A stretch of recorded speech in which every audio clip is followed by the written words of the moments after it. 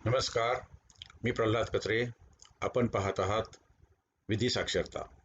यापूर्वीच्या 2 भागांमध्ये आपण कुळ कायद्याच्या संदर्भातील कलम 43 आणि कलम 63 यामधील तरतुदी, त्यामध्ये झालेल्या दुरुस्त्या आणि त्यामुळे जी काही सुलभता आली आहे ती सुलभता आपण पाहिली.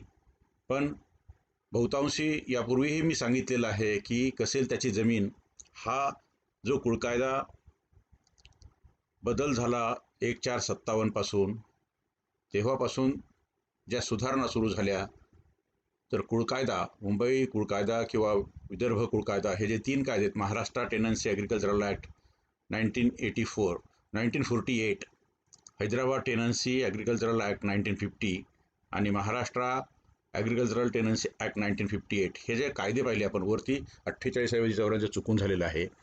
तर हे तीनही कायदे किंवा कुळ कायद्यातल्या ज्या झालेल्या दुरुस्त्या आहेत, ही अत्यंत अग्रणी स्वरूपाची किंवा आघाडीची अशी जमीन सुधारणा आहे. पूर्ण देशभरात किंवा जगभरात सगळ्यात चांगली जमीन सुधारणा किंवा लँड रिफॉर्मचं मिझर कोणतं असेल तर ते कुळकायद्यात केलेल्या तरतुदी होत्या. या तरतुदी करत असताना आणि या सुधारणा करत असताना निरनिराळ्या ठिकाणी अनेकदा चुकीचे व्यवहार झाले किंवा नियमाप्रमाणे जी परवानगी घ्यायला हवी ती परवानगी न घेता व्यवहार झाले आणि त्यामुळे अशा व्यवहारांना अधिकार अभिलेखामध्ये लिहित असताना कुळ कायद्याविरुद्ध व्यवहार असं लिहिलं गेलं. आणि ज्या सातबारांमध्ये इतर हक्कामध्ये कुळ कायद्याविरुद्ध असा व्यवहार लिहिला, त्या सातबारांमध्ये पुढे जेव्हा जमीनधारकाला किंवा त्यांच्या वारसांना किंवा ज्यांना त्या जमिनी चुकीच्या पद्धतीने म्हणजे अनियमितरित्या किंवा परवानगी न घेता विकल्या गेल्या असतील, हस्तांतरित झाल्या असतील, अशांना कोणताही विकास करता येत नाही, त्यांना या जमिनीचे हस्तांतर करता येत नाही, या जमिनीवरती त्यांना कर्ज मिळत नाही, असे अनेक प्रश्न. आणि बहुसंख्य जमिनी ह्या कुळाच्या जमिनी होत्या. जेव्हा कुळ कायद्यानं त्या कुळाला खरेदीचा अधिकार मिळाला तेव्हा त्या खरेदी केल्या गेल्या. या खरेदी करत असताना सर्व समाज हा साक्षर नव्हता आणि शेतकरी समाज हा बऱ्यापैकी असाक्षर होता. अशा वेळेस जेव्हा पैशाची गरज पडत होती आणि या जमिनीचं हस्तांतर होत होतं, तेव्हा कधी नियमांची पायमल्ली झाली असेल, पण यातनं बाहेर पडण्यासाठीचे उपाय फारसे नव्हते आणि त्यामुळं अत्यल्प होईना पण त्यासाठी ज्या तरतुदी होत्या त्या तरतुदी लोकांना माहीत नव्हत्या. सर्वात मोठा प्रश्न असा आहे की अनेक सातबारांवर तर अजूनही इतर हक्कामध्ये कुळकायद्याविरुद्ध व्यवहार असं दिसतं आणि कुळकायद्याविरुद्ध झालेला व्यवहार हा सातबारा तो शेतकऱ्याला असहाय्य बनवतो, हेल्पलेस बनवतो. तो शेतकरी काहीच करू शकत नाही. अनेकदा असं दिसतं की ज्याच्या नावावरती जमीन आहे तो मुलगा परदेशामध्ये आहे आणि त्यांचे जे काही घरचे नातेवाईक या ठिकाणी आहेत, त्यांना ती येणे करायची आहे, तिच्यावरती बांधकाम करायचं आहे, तिच्यावरती कर्ज काढायचं आहे, विकासाचे प्रकल्प घ्यायचे आहेत. जेव्हा त्या जमिनी सुरुवातीला शेतजमिनी होत्या तेव्हा खूप चांगलं होतं, पण जेव्हा ते शहराच्या आसपास आल्या आणि विकासाच्या कक्षेत आल्या तेव्हा त्या जमिनीचा जो प्रॉफिटेबल यूज आहे तो करता येत नाही, असं आपल्याला साधारणपणे दिसतं.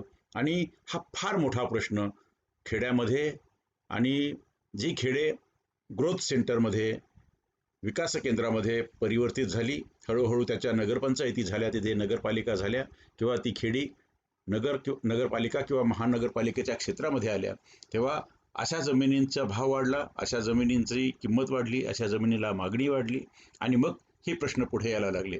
अजूनही आपण म्हणतो की ईज ऑफ डुईंग बिझनेसमध्ये खूप चांगल्या तरतुदी झाल्यात.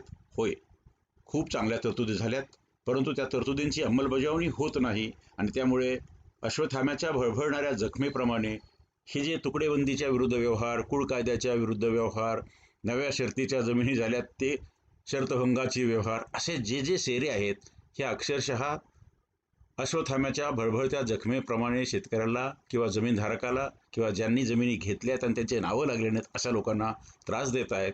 आणि या व्यथा आणि या वेदना रोज जेव्हा व्ह्युअर्स मला कॉमेंटच्या माध्यमातून लिहितात किंवा ज्यांना माझे फोन नंबर किंवा ईमेल माहिती आहेत ते ईमेलवरती लिहितात किंवा बोलतात आणि सांगतात, तेव्हा खूप दुःख होतं. आणि हे अजून सुधारलं नाही, हे अजून गेलं नाही आणि त्यामुळे मला वाटतं विकासाला खूप खीळ बसते. कुळ कायद्यामध्ये खूप चांगल्या तरतुदी केल्या. कुळ आणि शेतकरी किंवा शेतमालक यांच्या रिलेशनशिप किंवा त्यांचे संबंध कसे असावेत, जे प्रत्यक्षात जमीन मालक जमिनी करत नाहीत त्या जमिनी जे कुळ स्वतः कसतात अशा खरेदी करण्याचे अधिकार मिळाले आणि मग ते विकत घेतल्यानंतर त्यांच्यावरती कलम 43च्या तरतुदी किंवा रेस्ट्रिक्शन्स आणि नियंत्रणं बंधनकारक झाली. त्याच्याविषयीचे आपण एक स्वतंत्र व्हिडिओ पाहिलेला आहे. 63 जे नॉन ॲग्रिकल्चरलला म्हणजे बिगर शेतकऱ्याला जमीन घेता येत नाही, पण ज्यांनी परवानगी घेऊन घेतली त्या परवानगीतील अटींचा भंग झाला, किंवा ज्यांनी नाही परवानगी घेतली आणि जमीन मात्र खरेदी केली अशा जमिनींच्या बाबतीत भंग झाला. हे दोन्ही भंगाचे प्रकार आहेत. ज्यांनी परवानगी घेतली मात्र त्यांचं क्षेत्र सिलिंगपेक्षा जास्त झालं अशांचा प्रश्न आहे.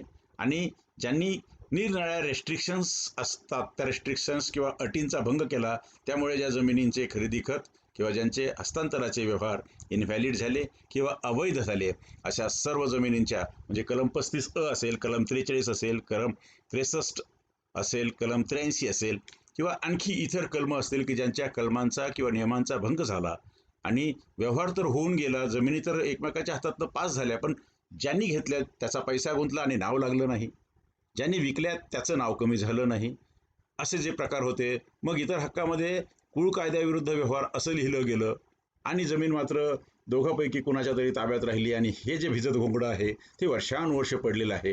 हे कधीतरी एकदाचं निघून जावं. खरं तर मूळ कायद्यातली कलम तर 84ची तरतूद जर पाहिली तर ती आहे समरी इव्हिक्शनची. जेव्हा असं काही रॉंगफुल पोझिशन असतं किंवा अनऑथराइज पोझिशन असतं तेव्हा ती जमीन रिस्टोर करायची असते. ज्याची जमीन आहे त्याच्याकडे रिस्टोर करायची असते. आणि त्या तरतुदीच्या विरुद्ध जर असेल तर त्याला इनव्हॅलिड ट्रान्झॅक्शन असं म्हणतात. असे जर इनव्हॅलिड ट्रान्झॅक्शन झालं तर कलम 84 प्रमाणे त्याच्यामध्ये तरतूद आहे. संबंधिताला तहसीलदार सोमोटो किंवा अर्जावरून दखल घेतात. तहसीलदार हे फार महत्त्वाचं आहे. याच्यामध्ये कुळकायद्यामध्ये तहसीलदारांना खूप अधिकार आहेत. त्याला कुळकायदा मामलतदार असं म्हणतात किंवा त्यांना शेतजमीन न्यायाधिकरण असं देखील म्हणतात. ते ट्रायब्युनल पण आहे. ते तहसीलदार म्हणून महसूल अधिकारी पण आहेत आणि कुळकायद्यातले बहुतांशी अधिकार ते स्वतः वापरत असतात. काही परवानगीचे अधिकार मात्र जिल्हाधिकाऱ्यांना आहेत. पण जेव्हा असा अवैध व्यवहार होतो तेव्हा जिल्हाधिकारी किंवा जिल्हाधिकाऱ्यांच्या वतीने तहसीलदार जे अनऑथराइज ऑक्युपंट आहेत किंवा रॉंगफुल पोझिशन ज्यांचं आहे त्यांना काढून जे लॉफुल पोझिशन ज्यांच्याकडे असायला हवं, मग ते कुळ असतील किंवा मालक असेल, त्यांना रिस्टोर करण्याचं काम या कलमाप्रमाणे 84 प्रमाणे करत असतात. आणि 84 प्रमाणे जर एखादी जमीन विकली गेली जिच्यात परवानगी नव्हती किंवा ज्या ठिकाणी अटींचा भंग झाला, अशा जमिनींच्या बाबतीत संबंधितांना नोटीस दिली जाते. त्या संबंधितांचं म्हणणं ऐकलं जातं.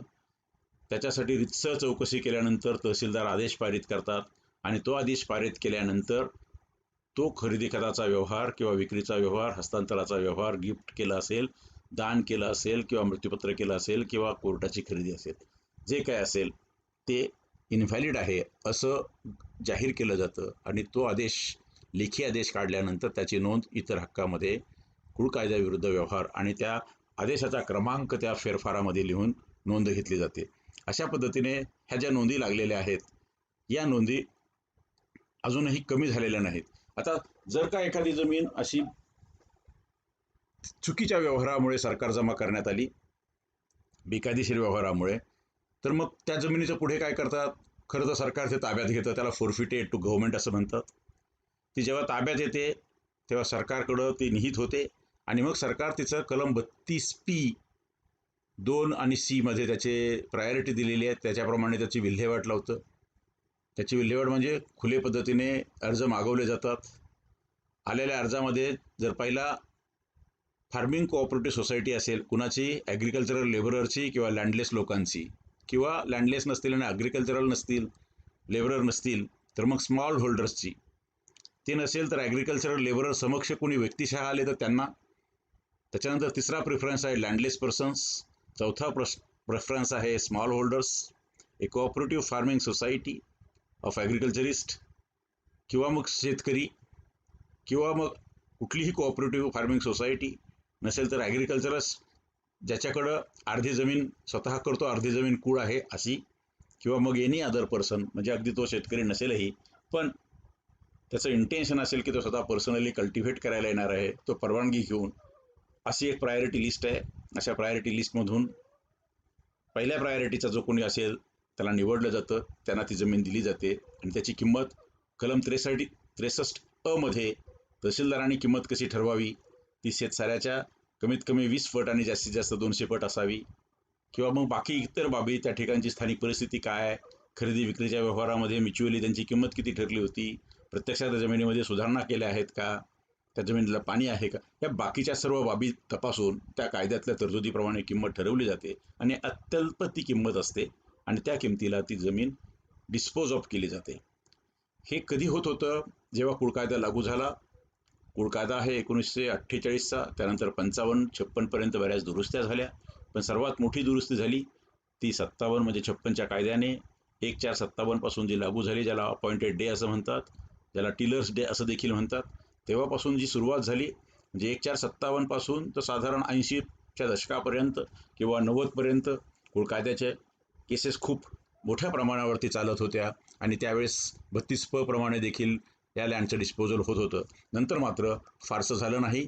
इतर हक्कात कुळ कायद्याविरुद्ध व्यवहार आणि जमीन मात्र सरकारच्या ताब्यात नसून ती जमीन कुठल्या तरी एक तर खरेदीत घेणाऱ्याच्या किंवा खरेदी देणाऱ्याच्या ताब्यात असं दिसतं. त्यानंतर अशा व्यवहारांना सहारा देण्यासाठी किंवा सपोर्ट देण्यासाठी किंवा आधार देण्यासाठी शासनानं निरनिराळ्या वेळा व्हॅलिडेशनचे कायदे आणलेत. 84 मध्ये दुरुस्ती करण्यात आली आणि जेव्हा 28 डिसेंबर 48 पासून तर 15 जून 1955 पर्यंत जर असे व्यवहार झाले असतील तर जी काही किंमत खरेदीची असेल त्या खरेदीची 1% रक्कम किंवा 100 रुपये याच्यापैकी जी काही किंमत कमी असेल ती आकारून ते व्यवहार व्हॅलिडेट करण्यात आले किंवा वैध करण्यात आले. त्या सरकार जमा करण्यात आल्या नाहीत. 84 प्रमाणे जे ट्रान्सफर्स अपॉइंटेड डे म्हणजे 15 जून 55 असेल, 15 जून 55 पासून पुढे जे व्यवहार झाले होते अशा व्यवहारांच्या बाबतीत देखील 1 रुपया घेऊन ते व्यवहार व्हॅलिडेट करण्याच्या संदर्भात तरतूद करण्यात आली 84B प्रमाणे.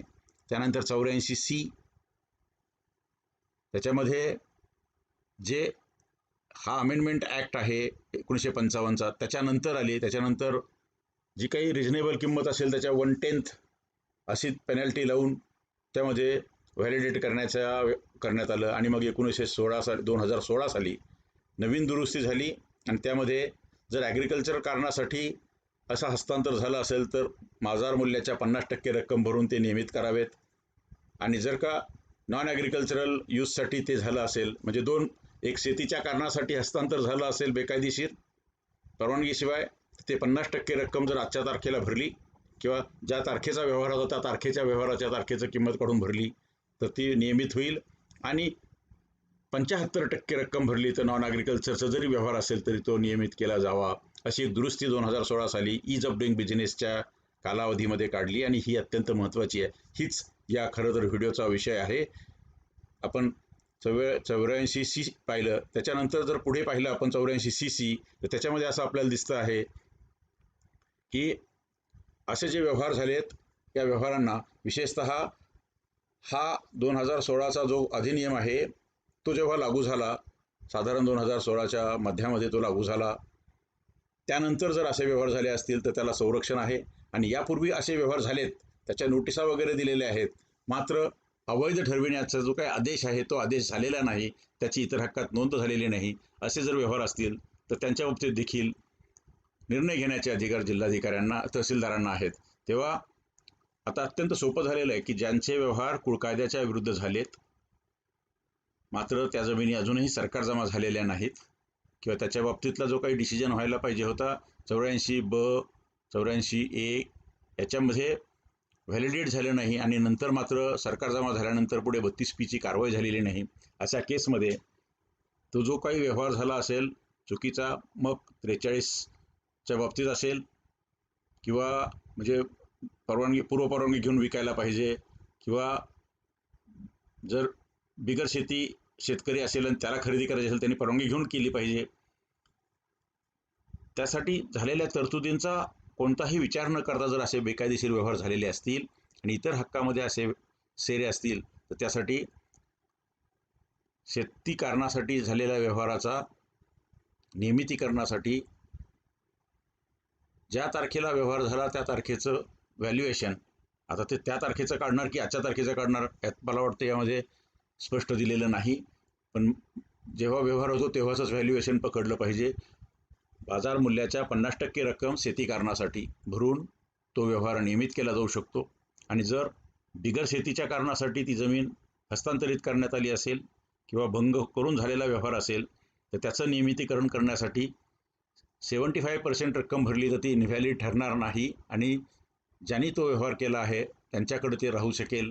बाकी या जमिनीवर जर काही भार असतील, त्याला पण 32O किंवा क्यूमध्ये 32Q लिहिलेलं आहे, ते भार देखील या रकमेतनं त्याचा भार निवारणाचं काम देखील केलं जाऊ शकेल. किंवा अशी अत्यंत महत्त्वाची तरतूद 84CC म्हणजे 84CC याच्यामध्ये करण्यात आलेली आहे. तेव्हा आपण जर हे तपशिलानं पाहायचं असेल तर 2016चा कायदा, त्याची जी दुरुस्ती झालेली आहे ती दुरुस्ती, आणि हे फक्त इथेच याच्यातच झालेलं नाही तर हे आपल्याला तीनही कायद्यामध्ये सारख्याच दुरुस्त्या झालेल्या दिसतील. आपण चर्चा केली ती फक्त मुंबईच्या कायद्याची, म्हणजे ज्याला आपण Maharashtra tenancy and agricultural act म्हणतो, त्याचा कलम आहेत 44CC. अशीच तरतूद, असेच शब्द, फक्त कलम बदललं हैदराबादचं. मराठवाड्याच्या बाबतीत 98C आणि 98C2 मध्ये अशा दुरुस्त्या आपल्याला दिसतील. आणि विदर्भाच्या संदर्भात अशाच तरतुदी 122(6) मध्ये आणि 122A या ठिकाणी आपल्याला दिसतील. तेव्हा पूर्ण महाराष्ट्रभर हे जे 3 कायदे आहेत, या तीनही कायद्यांमध्ये त्याच्या अनुषंगाने येणारे जे काही कलम आहेत त्यामध्ये बदल झालेले आहेत. हे पूर्णपणे वाचायचं असेल तर हा 2016ची अमेंडमेंट वाचली पाहिजे. कलम 44 जुनं जे आहे ते वाचलं पाहिजे. त्यानंतर 84A, 84B, 84C आणि 84CC हे आपण वाचलं पाहिजे. हे आपल्याला डाउनलोड करून पाहिजे असेल किंवा वाचायचं असेल तर आपण माझ्या लीगल लिटरसी 2020.blogspot.com या ब्लॉगवर जाऊन पाहू शकता, किंवा legalliteracy1@gmail.com या मेलवर आपण मेल पाठवू शकता, किंवा हा जो व्हिडिओ आहे या व्हिडिओच्या डिस्क्रिप्शनमध्ये आपण उजव्या बाजूला जर खाली पाहाल डिस्क्रिप्शन बॉक्समध्ये, तर डिस्क्रिप्शन बॉक्समध्ये मी डाउनलोडसाठी एक लिंक दिलेली आहे. त्या ठिकाणी आपण ते डाउनलोड करून घेऊ शकता. ते आपण वाचा. असे जे व्यवहार असतील, जे कोणी अडचणीत असतील, त्यांनी जरूर आपल्या जवळच्या तहसील कार्यालयामध्ये संपर्क साधावा. त्या ठिकाणी त्यांना हे सर्व रेकॉर्ड दाखवावं आणि हे सेरे कमी करून घ्यावेत. आणि जी काही सरकार रक्कम सांगताय ती रक्कम भरून आपण हे नियमित करून घेतलं पाहिजे. कायद्यामध्ये दुरुस्त्या खूप झाल्यात, पण त्या लोकांना माहीत नाहीत. त्यामुळे प्रत्यक्षात त्याचा लाभ लोकांपर्यंत पोहोचलेला नाही. ईज ऑफ डुईंग बिझनेस आपण म्हणत असलो, व्यवसाय सुलभता आपण म्हणत असलो, तरी खऱ्या अर्थानं ती अस्तित्वात येण्यासाठी ती लोकांना माहीत असली पाहिजे. आपल्याला हा व्हिडिओ आवडला असेल तर आपण लाईक करा, शेअर करा, सबस्क्राईब केलं नसेल तर सबस्क्राईब करा. आपल्या मित्रांना, आपल्या संबंधितांना, परिचितांना सर्वांना पाठवा, शेअर करा. त्यांनी जर सबस्क्राईब केलं नसेल तर त्यांनाही सबस्क्राईब करायला सांगा, लाईक करायला सांगा, शेअर करायला सांगा. आणि बाजूला जी काही बेल आहे त्या बेलच्या बटनवरती आपण जरूर क्लिक करा.